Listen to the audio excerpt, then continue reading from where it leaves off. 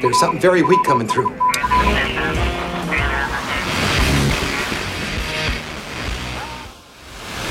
long time ago, in a galaxy far, far away.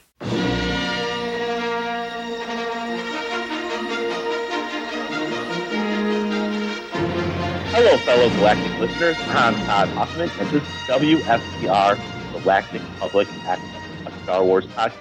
Welcome to episode 103. Today we have a very special guest, author of Watching Skies, Star Wars, Spielberg, and Us, Mark O'Connell. Welcome to the show, Mark. Hello, guys. Thank you for having me on at last. We finally got through our technical issues. All my fault, I'm sure. Yeah, no, it's all good. It's kind of like trying to get through the trench run. Sometimes there's some difficulty. Yeah, but we're good. We're good here. We're good. I'm going to do the Harrison Ford sort of. We're good to go. How are you? Everything's fine. Everything's fine. Yeah, everything's fine. Yeah. Exactly. And with us, as always, is Heather Allred. Hi, friends. I've missed you. Welcome back. And then, of course, Aaron couldn't be here tonight, so we're flip-flopping. We're just flip-flopping all the time. But we have Mark, and Mark's going to help us get through this today. And again, you can check us out on social media at WSTR Media, all one word, all lowercase. You can email us at mailbox@wstrmedia.com. Leave us a voicemail, 630-557-WSTR. That's 630-557-9787. You can catch all our back catalog of episodes at podcast.wstrmedia.com. Yes, that's a new web address. Our domains of Google and all this stuff was messing up, so that's the new address. Got that all worked out. And subscribe to our YouTube channel.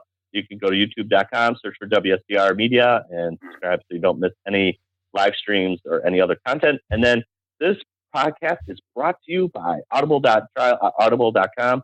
You can get your free trial at www.audibletrial.com/WSTR. They have 425,000 times. You can get them on like a lot.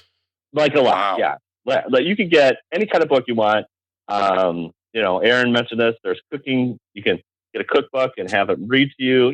There's all kinds of different stuff. There's exercise books where there's all kinds of 425. I'm sure it's more every day, but Audible, you can get your free trial, 30-day trial at www.audibletrial.com/WSTR. You just try it out for 30 days. If you don't like it, you can still keep your book that you downloaded for free. So check it out.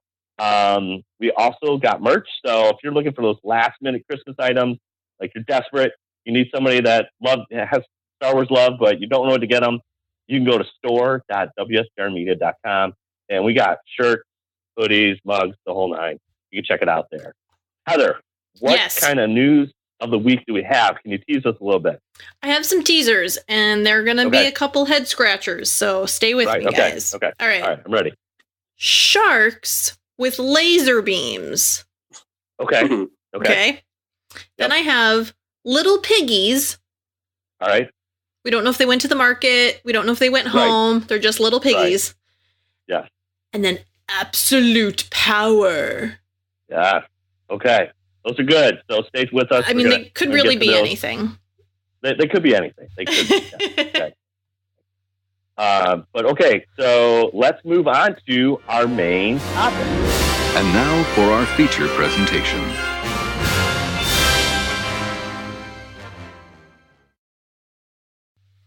All right, Mark, you're in the spotlight here, so welcome to the show. I'm good. You're I'm good. in the seat. So I'm ready. You're ready. Okay, so why don't you tell our listeners a little bit of background about yourself, like who you are, what's going on, that kind of thing. Of course, yeah. Well, my name is Mark O'Connell. I'm live more or less in London, in the UK. I'm early 40s, so I'm a typical 70s, 80s Star Wars VHS era kid. You're in good company. Writer. You're in good company. Yeah. We're all 28 years young still. 28 plus VAT. That's what I would say. There you go. Tax. But no, I'm a comedy writer, screenwriter, pop culture pundit, and now author. I've had a couple of books out in the last few years. The new one is all about Star Wars, and I'm sure we'll get onto that. And, yeah, we'll get into that in a minute. Yeah. So that's sort of me in a sort of nutshell. Yeah, I mean, your Twitter says writer, author, and Bond fan. Catching Bullets, Memoirs of a Bond Fan, available now, and then Watching Skies, which we'll talk about very shortly. So, how many books have you written?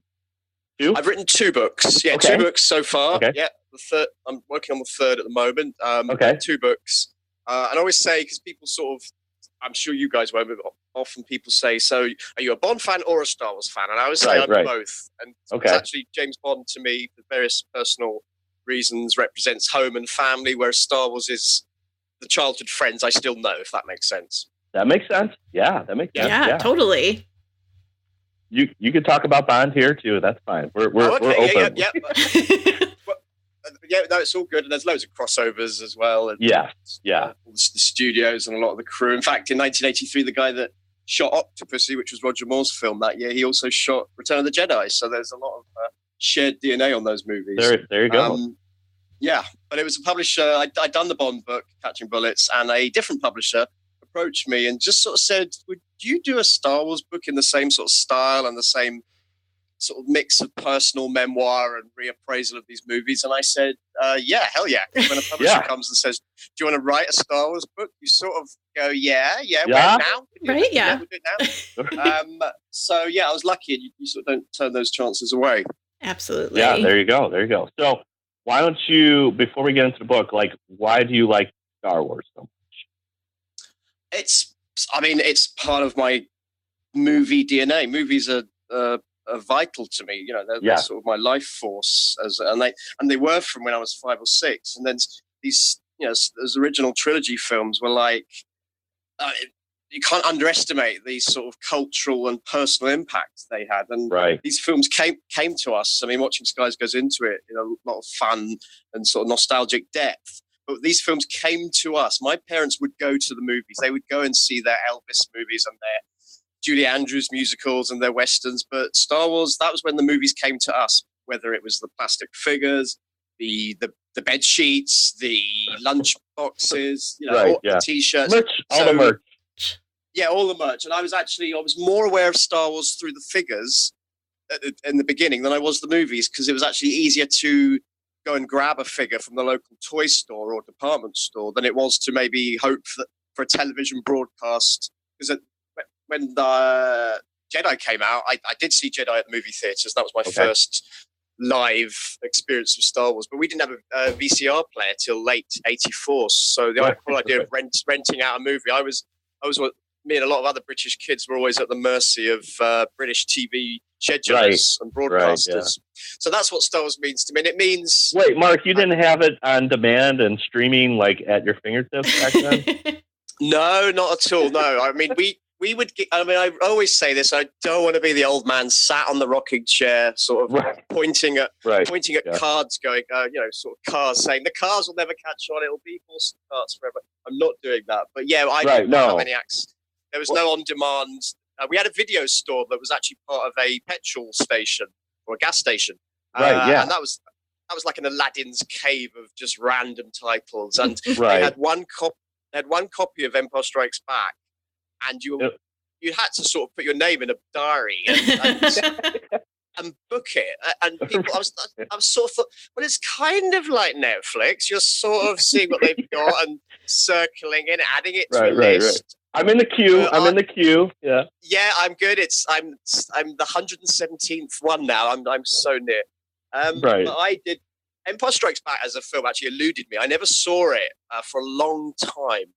I was a bit too young to see it on its theatrical release, and like I say, we didn't have a VCR till late '84. Yeah. And it did come to our local movie theatre on a sort of re-release trilogy, actually, triple bill with Jedi and New Hope. But I'll be honest, I had a little anti-church meltdown. I wouldn't go to church one day, so the punishment the following week was no Star Wars or Empire Strikes Back. And my mother's that's not a huge that is a huge punishment. Yeah. Yeah, there's no puritanical. It's not. My childhood wasn't like Carrie. It wasn't. I must get that in. But it was probably a very fair punishment for my. I probably slammed the door. I was always slamming doors. So I was quite dramatic. But I remember I booked Empire Strikes Back Christmas Eve 1984 from that video store, knowing that the garage would be closed for 2 or 3 nights, so I would pay for one night but have it for and that was like an amazing day for me. And I watched it Christmas Day morning in my front lounge. My parents were still asleep, and that was my sort of my first experience of The Empire Strikes Back. Awesome. So let's fast forward a little bit. So how did you get into writing then? I'd always done screenwriting, particularly like when I was 16, 17, just writing little short films. And I had some early success with there's a big broadcaster in the UK called Channel 4. They're very high-end, good quality, good. They support a lot of writers and new writers. And they had a little scheme at the time. This was like mid-90s now. And I put a little short script in, and it got picked as the winner by the Coen brothers and Richard Attenborough and a few others. And it got made, and I sort of got into screenwriting and short films from there. And then I ended up doing comedy, and I got an agent as a comedy writer. And I was always getting told, write something no one else will write. Write something that only you can write. That's a bit of a writer's. It's a cliche, but it's true. And I did the Bond book, and it was great to have such ownership and control of a project, because often when you're writing for a comedy show or a comedian, you're one of many writers that bounce around gags and sketches and scripted moments. But here I was running my own ship, and I thoroughly enjoyed it doing the Bond book. And hence, I was just so glad to do the Star Wars book. And it's put me on a path of chatting to great movie minds like yourselves and just doing loads of pop culture. I always say I'm a pop culture pundit or pirate sometimes. Both is fine. Yeah. And we live in this very rich era where all these 70s and 80s franchises, they've sort of come back. I think it's because we're all the commissioners, the writers, the directors, they're our age now. They want to see that product again and rebooted. So that's sort of me. That's sort of where I'm at right now. Yeah. That's amazing. So I'm going to read the little teaser about your book, because it kind of says a lot of what you just kind of said. But it says, as Ready Player One and Stranger Things proved retro might of VHS era cinema, Watching Sky, Star Wars, Spielberg, and Us is a universal and affectionate tale about pop culture, remembrance stuck in all our R2 unit memory systems. That you like that, Heather? I do. Yes. Like many, a British kid in the 80s, world of VCRs, Reagan, Atari, Mark O'Connell wanted to be one of the mophead kids of the Star Wars toy commercials. I did too. Totally wanted to be one of those guys. Yeah. Yeah, if you want to be Luke Skywalker, I just wanted to be one of those. Yeah. Those commercials, the backyard or whatever they're doing, they're having like their little fight. You're like, where is this at? Yep. I want to have this one. Yeah, exactly. Yes. I had this picture that they all get to keep the toys at the end of the day, and they all, and it was like I see trailers, I see makeup chairs, I see lots of pampering. Although they did some for the British version. We had Palatoy, which was the British name of the Star Wars toys. It's all the same product, but just different company. And it always, the British ads, and there weren't many of them because they often just dubbed the American ones, but they were always a little bit more low key and a bit less sunny. Like the bedrooms and the front rooms and the lounges that the kids are playing in were just a little bit less Californian, put it that way. Right, exactly. But no, I totally want to be one of those mophead kids. I was like, their backyard is amazing, so. Yeah, absolutely. But I digress. So then it says, Jaws, Close Encounters of the Third Kind, E.T. the Extraterrestrial, Raiders of the Lost Ark, Superman, of course, Star Wars weren't just changing cinema, they were making lasting highways into our childhood toy box and video stores like never before. In this energetic and insightful memoir through cinema, O'Connell flies a glided X-Wing through a universe of bedroom remakes, The Return of Jedi, Close Encounters with Christopher Reeve, sticker album swaps, a honeymoon on Amenity Island, and a trauma of losing an entire Star Wars figure collection. Oh, I want to hear about that. A unique study in how a rich galaxy of movies continue shaping big, vital cinema to this day. Watching Sky is all for Star Wars kids, whatever their era. All right, so why don't you tell us about this book and why you wanted to write it? Well, I mean, it's quite a big ask. Yes. We don't need. I saw a gap in the market, to be honest. There was no Star Wars mention or books anywhere. I thought we need a Star Wars book. I'm being silly. Right. So Yeah. it's quite a brave thing. I'm still slightly nervous that I've done it to go back to these films, New Hope, Jedi Empire, and the prequels, and just look at them. We all know why they're great. We all know what their box office cues. Those black and white photos of kids with flared denim and their raglan T-shirts. We know all that. We get that narrative. But I just thought, why is perhaps New Hope such a fresh piece of cinema? It wasn't just the effects and the framing of the fantasy. For example, I say A New Hope is like some Dickensian drama. It's about the poor and then the poorest of the poor struggling and together. That's one of my observations of it. And also I'd look at E.T. as well, and E.T. was the most pirated movie of the time, the early 80s, which to me means it was the most watched at home movie, which suddenly the home market was being opened up. So I wanted to. So I'm bringing all the memories of like losing the Star Wars figures and being that Star Wars kid, but just looking at those films. Why is Empire Strikes Back such a beautiful, almost European indie movie? It's so low key, oddly, and it starts at the end. The AT-AT battle should be at the end of the film in terms of size and scale and impact. Then we just go more personal and internal, and it's all set in corridors and cockpits. That film, it's a very sort of internal film. So looking at it that way, and then looking at the glory of Return of the Jedi, which I think what Return of the Jedi gave Star Wars movies particularly is that we were going to have more. I think when you look at Rogue One, that is deeply affected by Return of the Jedi. It's not just the Admiral Akbar lookalikes and all that. It's got that pace and 3-act war drama that Jedi has. So just trying to reappraise films that everyone thinks they know. It's a big ask, but I feel I've done it in a good way and a very accessible way. That's good. Awesome. Yeah. I think you're totally right on, though, too, about this idea of bringing films into the home and what that means and how that really did affect this particular generation of the original release of Star Wars. Absolutely, because George Lucas particularly and famously, and Spielberg as well, but Lucas, one of the things he always did was he wanted to improve the theatrical experience. He wanted to get the sound better. He wanted the images to be cleaner and fresher, and for movie theaters to install Dolby and to change their projection units. And he wanted to improve the quality of exhibition of Star Wars films. But then added to that, he made the movies not just theatrical, but retail.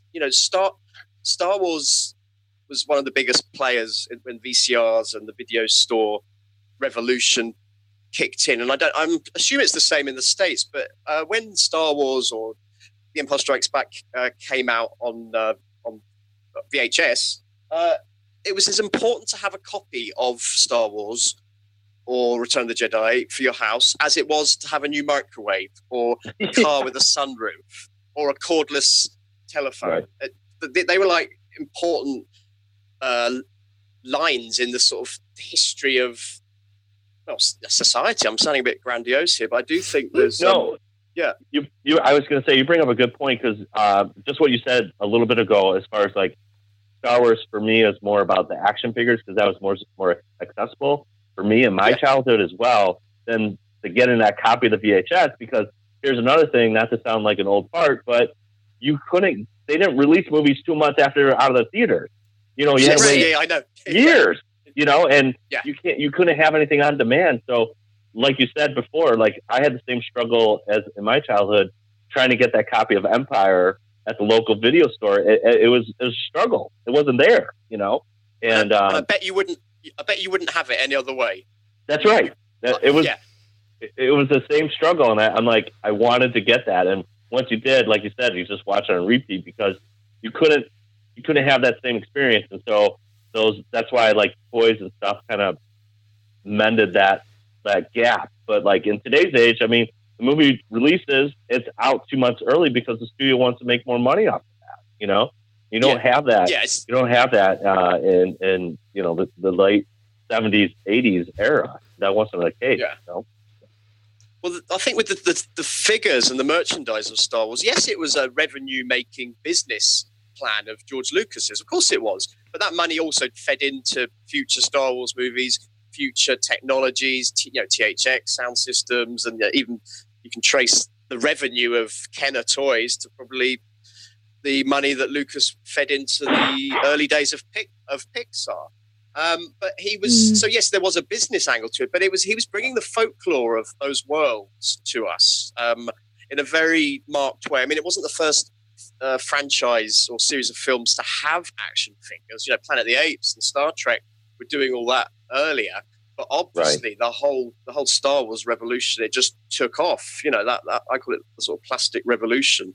And it just brought those films and those stories and those worlds into kids' lives. And I think we're seeing Star Wars isn't big now strictly because of any movie. It is because of the toys and that initial wave of merchandise, I feel.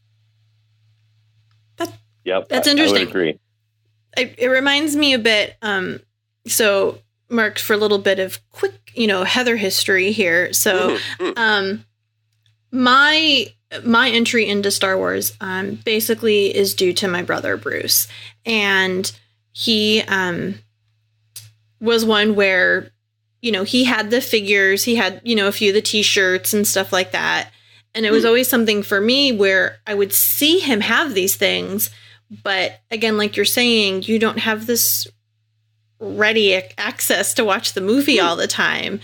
And I remember as a little, that annoying little sister. I put annoying in quotes because I don't think I was annoying. I was doing my duty as little sister. Right, exactly.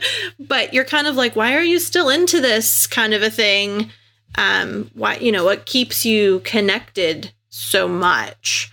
And maybe it is a little boy thing that as a little girl I didn't understand.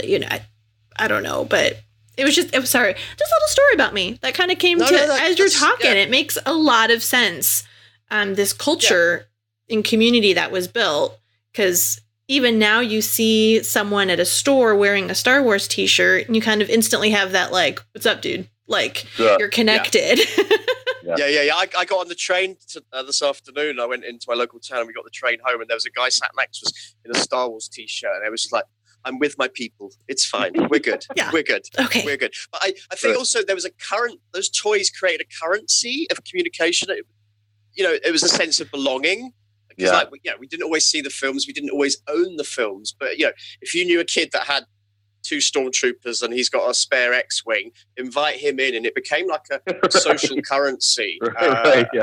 And for me, I wasn't very sporty. I'm still not, to be fair. And I wasn't playing soccer or baseball on the schoolyard. I literally was. I was there. We had a tree stump in our schoolyard that it was like a motorbike, and so naturally, of course, it became a speeder bike, and everyone would take their turns to sit on it. And it was a time I wouldn't say I was cool, but I was able to have I could communicate with other kids about things, because I wasn't the sporty kid.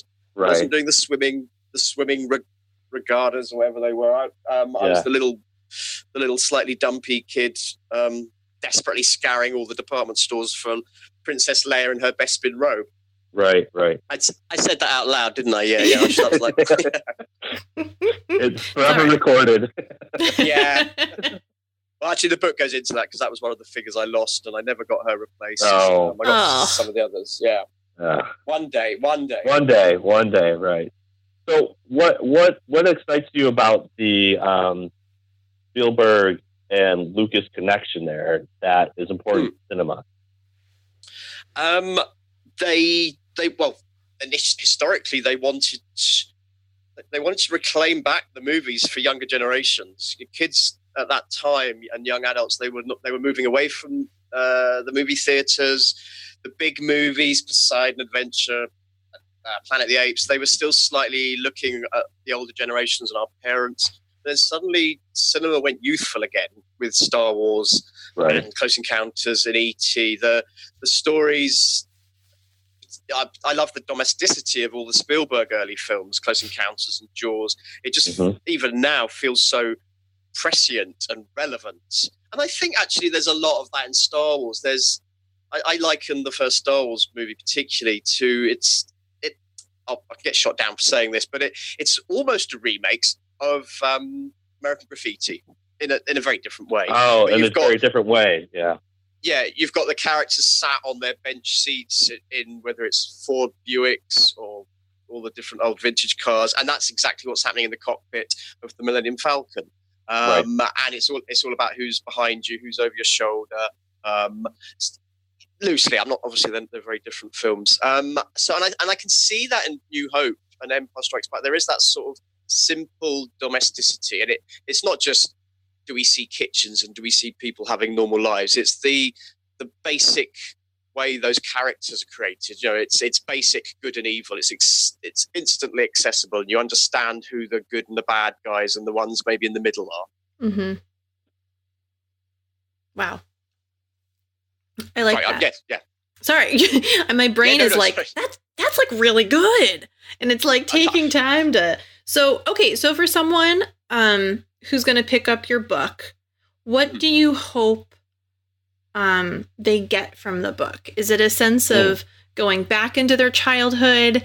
Is it a young person now who may be experiencing this old school cinema for the first time? What are your hopes and dreams, I guess, for the book? Yeah, no, that's cool. I was very conscious of making a book that was accessible to all Star Wars fans, not the very young ones like ourselves who might be in our early 40s. Right. And also, I don't just look at the original trilogy. I go back and I look at the prequels, and I write about the prequels because I think they've definitely had bad press and bad reaction. And I always, when it comes to my movies and my personal fandom, I always try and be a shepherd, not a sheep. So I say, so Phantom Menace, is it that bad a movie? Is it terrible? No. You didn't like it because there was a kid that looked like we all did when we were first into Star Wars in it. That's why you didn't like it. Yes, he's a bit, he's a bit sugary Disney cutesy pie. Right. And I wanted to go back and, yes, Lucas made some curious decisions and choices, but the reason we have Star Wars movies today, the reason we're getting excited about a possible Christmas trailer for Episode 9, the reason Rogue One's so great, the reason everyone's so angry about Solo is because of the prequels. They proved the box office might of those films, and in turn, actually, the '97 special editions they were like a stepping stone.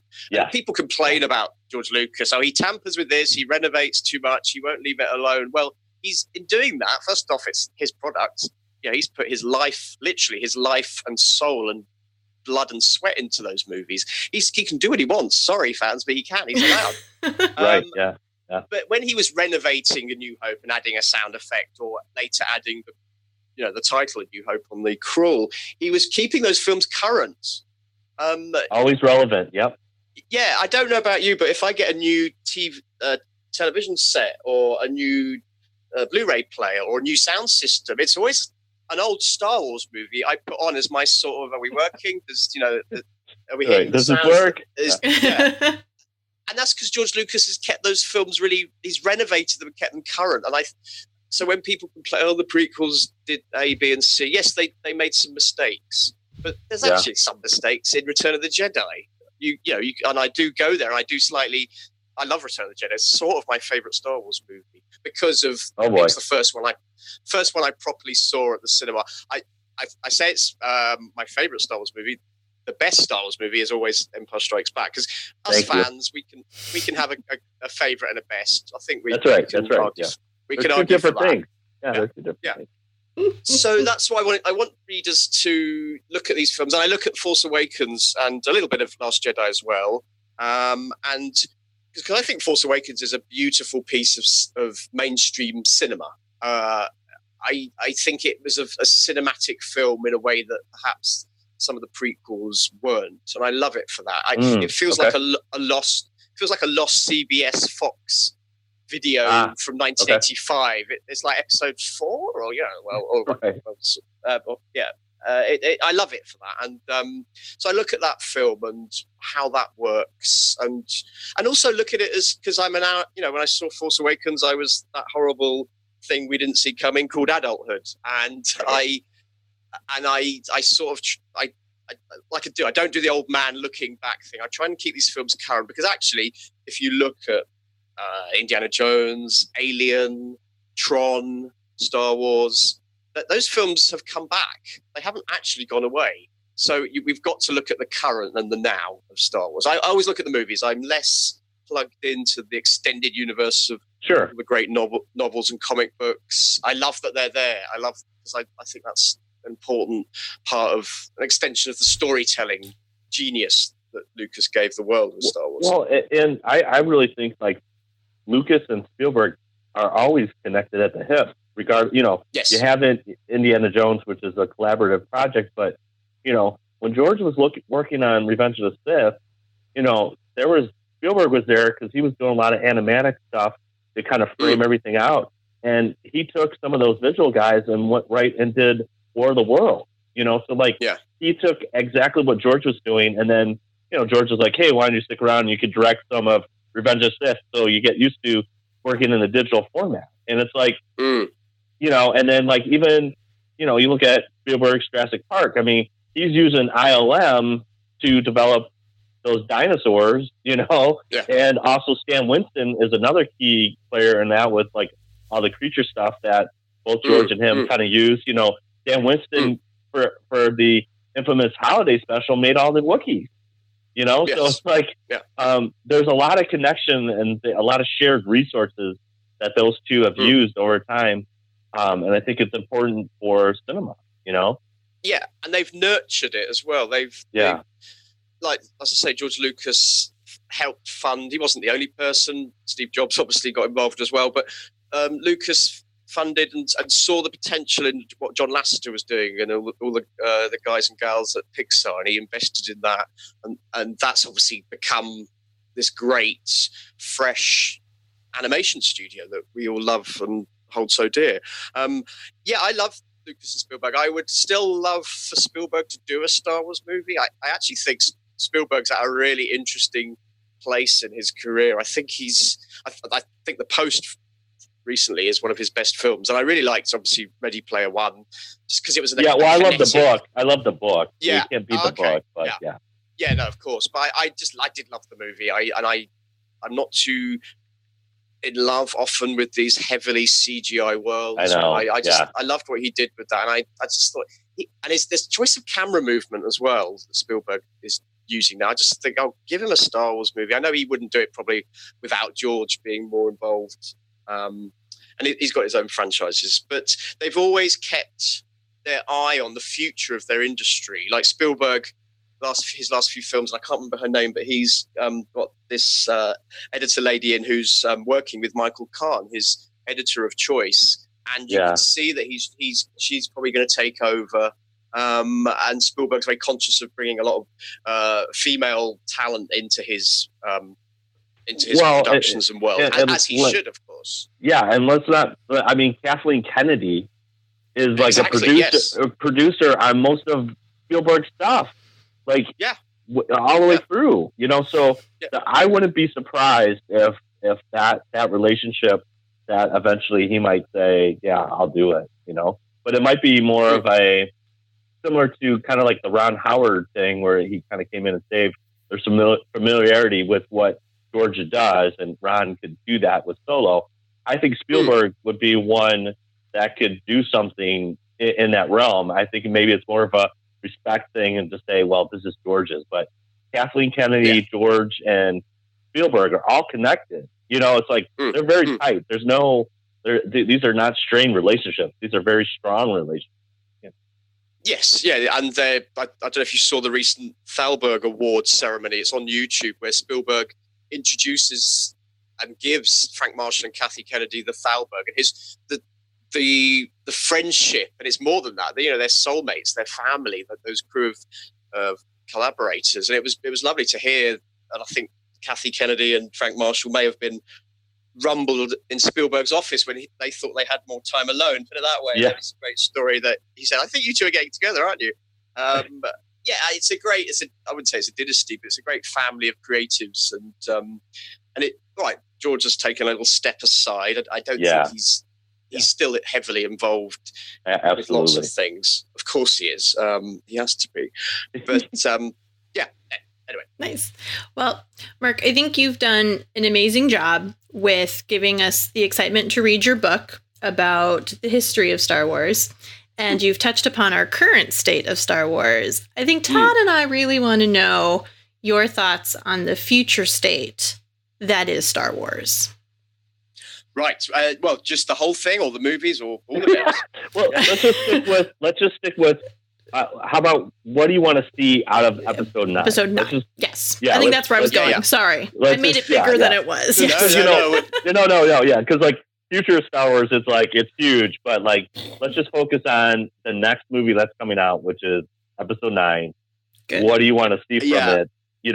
A year from now. I mean, a year from now, we're going to be. It might be a day from now. Exactly. From now. Exactly. I mean, you guys are more plugged into the reality of whether we're going to get a trailer, but I wonder actually, because Star Wars, the new era has always been Christmas releases, that maybe they'll honor that with a teaser trailer or some little Christmas present for the fans over the next. That's what we're hoping. Few days, yeah. I wonder. I saw a rumored title. It feels like a tabloid bad rumor to me. But what am I expecting from episode 9? I think we'll get it. I want to see a film that's different. I don't need to see Adam Driver at the window looking mournful, although that's obviously that's his thing, and we get it. I want to see things that don't make sense. I almost want to see Boba Fett, walking past Luke Skywalker's Jedi ghost, and they acknowledge each other. I want to see things that we haven't thought would that happen. But I obviously want to see the new worlds. I saw a few sort of stolen paparazzi photos of some of the UK shoot involving horses, and I liked that look of what I saw. I don't look for all rumours and on-set stolen photos, because it starts to feel a bit icky and dirty. And I got married at Pinewood Film Studios, where they shoot the Star Wars movies. Yeah. Okay. And we always have a little walk around, but they're so hot on security there. It's okay. They are like the Empire. The security mechanisms and they are like, it is proper stormtrooper time. But I love it for that. And I think, well, why? I quite like the mystery. In this day and age, maybe you guys will know not more, but we don't know that much about episode 9. We know who's going to be in it. We will know who some of the creatives are, and it's obviously John Williams and it's J.J. Abrams. But I love that we don't know that much. We haven't had anything spoiled. There's a purity to it, and it is, dare I sound like the old man on the rocking chair, it is like the old days where as kids you'd suddenly see a still from Return of the Jedi in a magazine or some newspaper cinema listings, and that was it. Dynamite. That was it. Like dynamite to see a picture of like an Ewok or Luke and his green lightsaber. It was my God. Different era of film consumption and different era of teasing. But I tell you what I really want from episode 9 is a title. I want to hear what the title is, and and we'll go from there. And I love JJ back. Yeah, and I think that works. And possibly, I've been hearing rumors that if you string the titles together, it would make something. The Force Awakens, The Last Jedi, something. Oh, I get you. You see what I'm saying? Like if there's some subtlety there too, which would be kind of cool. So that's great. I'm with you. I want to see something weird, because that's what Star Wars does. It's weird and could be kind of kooky, and unfortunately in modern day cinema it's very cookie cutter. Act 1, Act 2, Act 3, and you're out the movie, and sometimes there's not a lot of mystery there. It's all right there, and you don't leave things open-ended. So. Yeah, because I think one of the Last Jedi I'm sure we've all talked about back and forth, and I actually think it's quite a successful movie. And I'll put my head above the trench there and see if I get shot off like R2 there. But how it ends is we don't really have a clue what's now going to happen. They Game of Thrones us a bit by having Snoke sort of sliced in half. It's like, oh my god! Oh, I didn't. I had this all plotted out in my head, and now I don't. Right. So, and that was it. And that was in the middle. That was in the middle of the movie. Yeah. You know. Yeah. They sort of Joffrey'd him. They Joffrey'd Snoke. They just killed him off halfway through. I'm like, what? So I just think, where are we going to go with this? Where's the villainy? And I don't think it's all just going to be Adam Driver's sort of internal turmoil, although he does it brilliantly. You sort of end up siding with you want to be Sith with him. He's such a great actor, such a great choice. So that's sort of, I just want to see the damn trailer. Disney, come on, Disney! It's forget Aquaman. Exactly. It sunk. It got wet. It's soggy. Just get the Star Wars thing out. Right, exactly. And I don't know about you guys, but I kind of think Solo could have come out this weekend, and it might have had a better. It would have banged out. It would have banged. It would have been a lot better.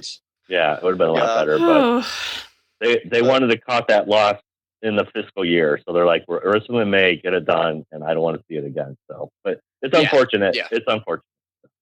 Well, that's great. Like I said, I think that's a good. We want to see something kind of crazy and different in episode 9, and hopefully JJ can do that for sure. Bring the Ewoks back, people. Just bring the Ewoks back. That's all I'm saying. Don't. I read something that Endor or some forest was being used in it, so everyone assumes, is it Endor? And I'm like, why can't it be Endor? Seriously, I would like to see.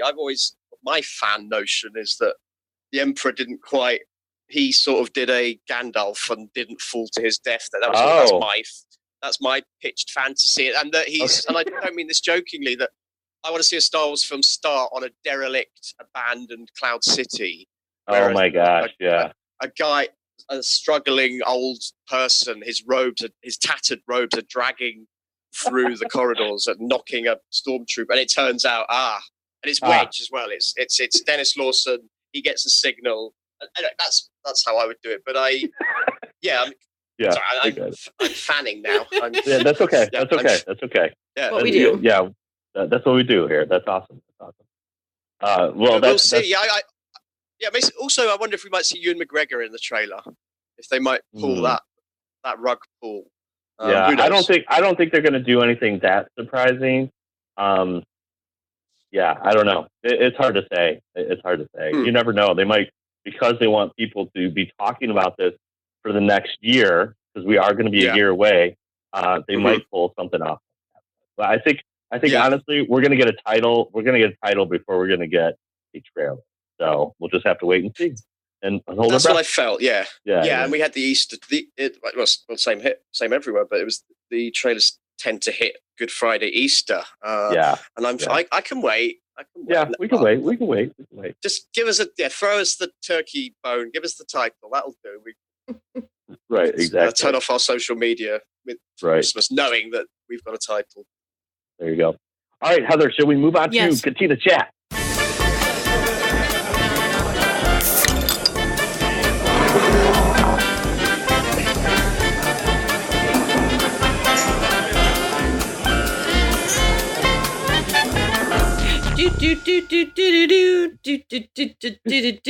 All right, Mark. So we do this little section of like anything geeky going on in your week. So anything that you have done in the last week that's been either Star Wars related or just geek or pop culture in general.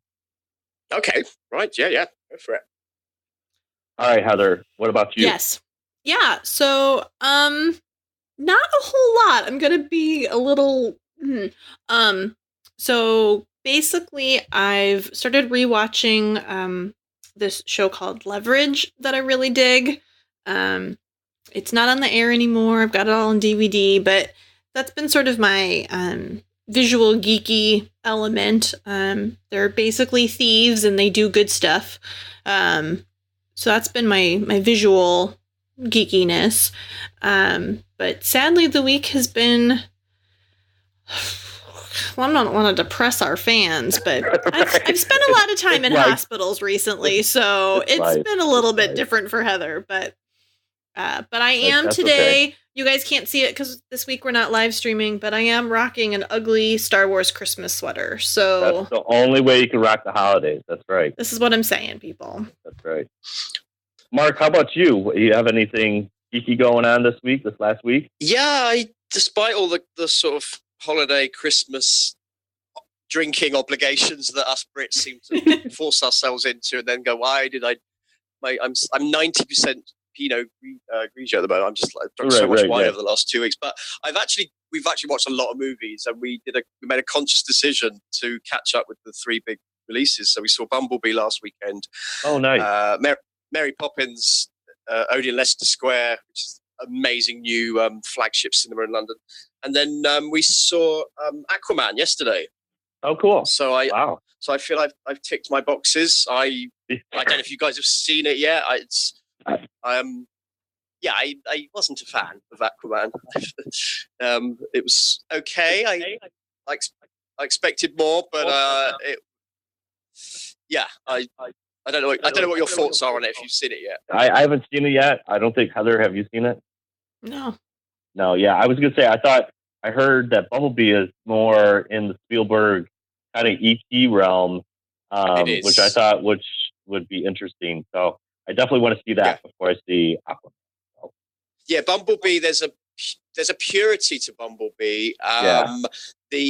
It's set in 87, but it doesn't overload its references. It doesn't throw the score, the music choices, very 80s, but it doesn't throw too much nostalgia. But it is. I said it's like Short Circuit meets Herbie. There you go. Yeah, and I really liked it. In fact, I was waiting for Bumblebee to drive past Herbie, and there was this possible, down some San Francisco. Now, then all the cinemaphiles would be like, okay, there's going to be a cross movie with Herbie and Bumblebee. Yeah. And he'll go, oh, that's my friend H53.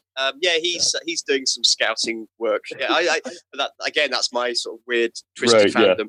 Awesome. I would definitely recommend Bumblebee. Haley Steinfeld's really good in it as well, and it doesn't feel like 9 days long, and it's not overdone either. Yeah, it's not. Aquaman feels like 9 films in one. It's sort of, gotcha. Yeah, when it works, it's like Splash Gordon. It's quite cool and camp and very retro. Gotcha. But very good. It's confused. I think it's confused, but we'll see. I think people need to see it. Gotcha. All right, cool. For me, not really too much geeky going on. Trent and Trent's 5 years old, so he's been dying to watch like Jurassic Park, and so I've been like shielding his eyes from the really crazy part. But he really loves dinosaurs. Yes. He really loves dinosaurs, so we'll be kind of going through that a little bit. And it's again, it's Spielberg, it's John Williams. I mean, they're all really good. So it's been fun kind of going back into dinosaurs and Jurassic Park. So that's my little godson is very proud this year that he finally was allowed to watch Jurassic Park. I think that the sort of insurance man toilet eating moment maybe was a step too far for him. What about Samuel L. Jackson's arm? He chops off the arm. The arm falls in her lap when she's trying to open up the security thing. I'm like, oh yeah, don't watch that. Let's not watch that part. Yeah, let's not watch that part. Yeah. Well, they're saying that Aquaman's got quite violent strokes to it here and there. And, and I was sort of leaning forward, looking at my 2 godsons, going, and they're 10 and 8. Okay. And I was like, are they okay? And they've seen it before, because that's what we forget, that we saw all sorts by the time we were 10 years old. That's true. I was watching Poltergeist when I was 11, so and bits of Jaws. So exactly. Yeah, we gotta trust the kids sometimes. That's right. Totally. That's awesome. Very cool. All right. So our next segment is Twitter Trash Compactor. Get in there, you big polio! I don't care what you smell! Get in there and don't worry about it! All right, so every week, Mark, we do a couple Twitter polls. It's important to, see what the pulse is on the old Twitter. So one of them was, since it is literally going to be a year for episode 9, the question we raised was, does episode 9 have the force to unite Star Wars fans again? Ooh. Yeah. So it's yes or no. Yes or no. Can they do it? What do you think? You say yes. Okay. Yeah. All right, Heather. Yeah. What do you say? What do you weigh in? Well, I'm the eternal optimist, so yes. Yeah, of course. Right. Exactly. And that's what Twitter said. Yes, it's 77% said that that it has the force to unite the toxicity of Star Wars fans. So I thought that was very interesting. Yeah, don't underestimate a title or a trailer's ability to memory wipe. Yeah, all these sort of the downbeat fans. I have a feeling it might all go out the window.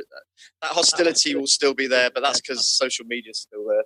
Yeah, well, of course. Yeah, I think that. I mean, that's part of social media in general. I mean, that's what it is. So, but yeah, I was pleasantly surprised that that was the result. And then we have one more. So we talked about Attack of the Clones last week. So what was your favorite part of Attack of the Clones? Coruscant Chase, Naboo Forbidden Love, Attack on Geonosis, Dooku versus Yoda. So, Mark, what would be your favorite part of Attack of the Clones?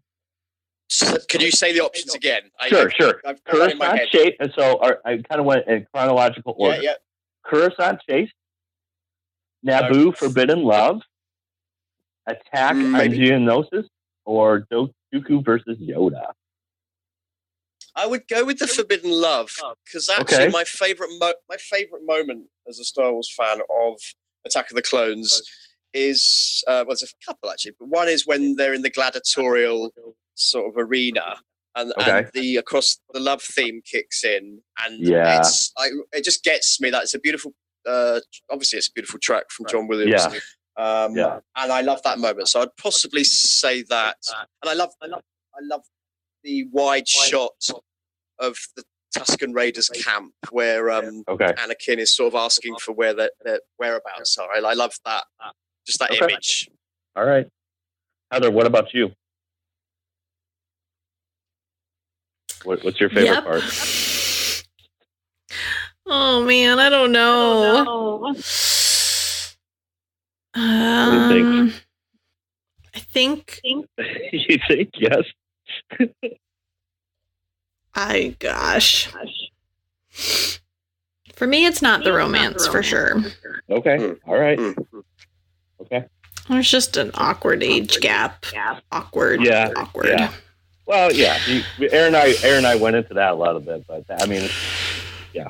But well, you got three other choices. I know. Don't get me wrong, though. I'm not saying I love the romance. Oh no, yeah. Right. No. You're saying more or less John Williams Across the Skies than for sure. Yeah. I don't.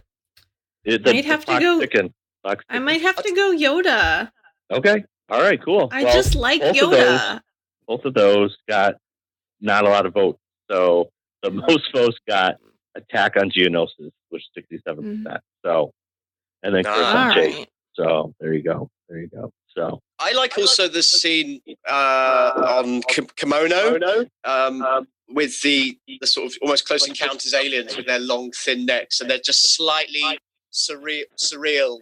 We don't quite know what they're talking about, and they're a bit strange. I love that moment. Yeah, exactly. All right, Heather, let's move on to News of the Week. And now, the Star Wars News of the Week. So, December 18th from Forbes, we have learned that America's wealthiest celebrities of 2018 include George Lucas, leading Kylie Jenner and Jay-Z, with a net worth of $5.4 billion. That's with a B, people. Billion. Oh, that's a lot of plastic figures. It's a lot of plastic figures, yes. It looks like fame and fortune go hand in hand with this one. Star Wars creator George Lucas leads this year's ranking of America's richest celebrities, thanks largely to the fortune he pocketed when Lucasfilm Production Company sold to Disney for $4.1 billion in 2012. He is edging out Mr. Spielberg, Miss Oprah, and Michael Jordan by a good decent amount there. But he's climbing up the ranks with a $400 million net worth. Increase derives from his sneaker fortune. Oh, sorry, that's Michael Jordan. My reading skills aren't too good today, guys. It's all good. Basically, he's making a whole lot of money. Yeah, not too bad for somebody that hasn't made a film since 2005. Yeah, so maybe now he can do the American Graffiti, the next one. He can make or do Willow 2 or Tucker 2. Where's Tucker 2? I want Tucker 2. Right, exactly. Yeah, I mean, I think that shows that his decision to sell the brand, was not a bad decision because he's still making money, and half of that money he got is Disney stock. So I think it shows like he hasn't made anything in 2018 and still he's the richest kind of celebrity by Forbes. So I thought that's pretty interesting. All right. Next up, this came from Jason Ward from Star Wars, Making Star Wars, and talked about the Nick Nolte casting of Mandalorian. So a lot of speculations, but several sources are saying Nick Nolte is going to be playing an Ugnaught. If you're not familiar with the Ugnaught, for those, Ugnaught is the little piggies in Empire Strikes Back at Bespin Cloud City. They were helping Darth Vader and crew and Lando set up the carbon freezing chamber, and an Ugnaught. So, and Jason goes on, I'm not kidding. Many sources say Nick Nolte is going to be playing those little pig dudes. What goes into a little bit more, and here's another kind of practical thing, but Nolte is performing the role not even on set. Instead, a new practical animatronic mask has been developed that works on voice command. So they have somebody else playing the Ugnaught, but it's Nolte's voice and inflections perfectly being construed in this mask, and it's developed by none other than Dan Winston Scott. So kind of interesting to say, like, especially even with the casting that they're announcing with Mandalorian, but now you have something where it's saying Nolte wasn't even on set. He just voiced it in, and yet we have this very cool kind of animatronic mask that Nolte will be projecting from, played by a different actor. I think that's Star Wars, and that's fascinating to me if that's true. Yeah, I can suddenly see that now that he's doing the motion capture or whatever it's called these days. He's doing the circus route. Yeah, and now that's interesting about the Ugnaughts, because they're curious little scrapyard scavengers. They were always a bit creepy and a bit. What is that?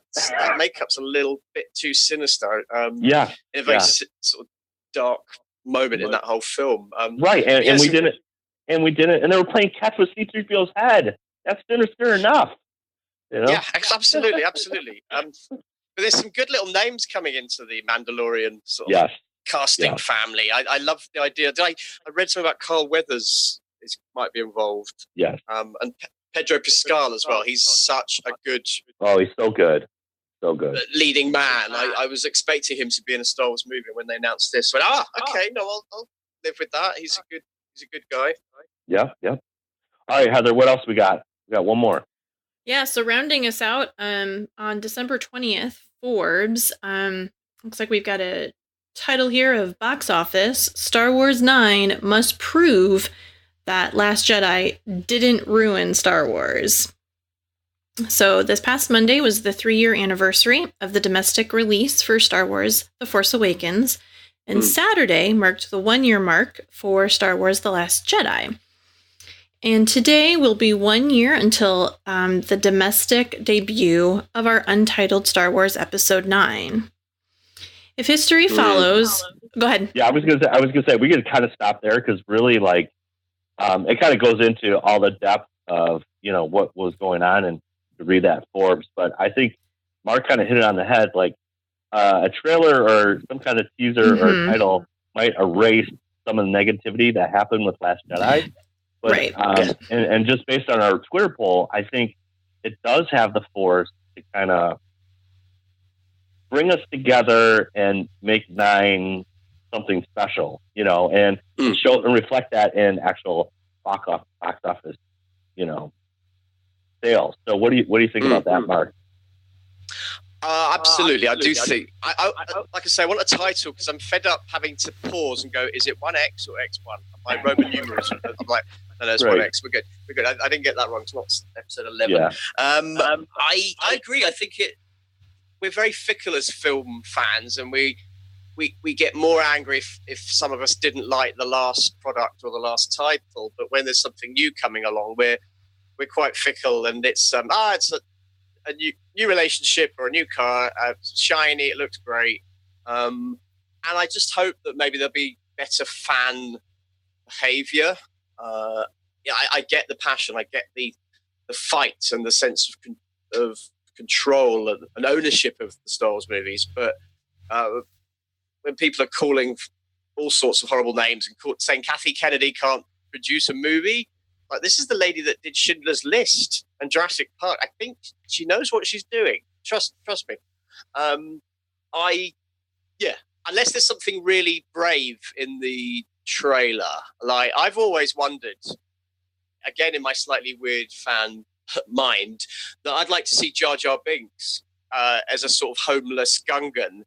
And he keeps telling people, I started all this. I was in the Senate, and they're going, yeah, whatever. I just want to see just someone walk past him and see him as this pitiful vagrant who's pretending or claiming he was involved. And then that will be an interesting year, with a year of Jar Jar Binks is in episode 9. Right, exactly. Yeah, I think again, the article, you can read it on Forbes.com, but it just, kind of talking about the second sequel kind of fails sometimes, but then the third one kind of picks it up, and we'll see. I mean, we have a whole year to speculate. Like, excited about it. It might not be the last episode as well. Right. Rian Johnson might, suddenly it won't be a trilogy now. It's going to be a quadrilogy. There's 4 movies.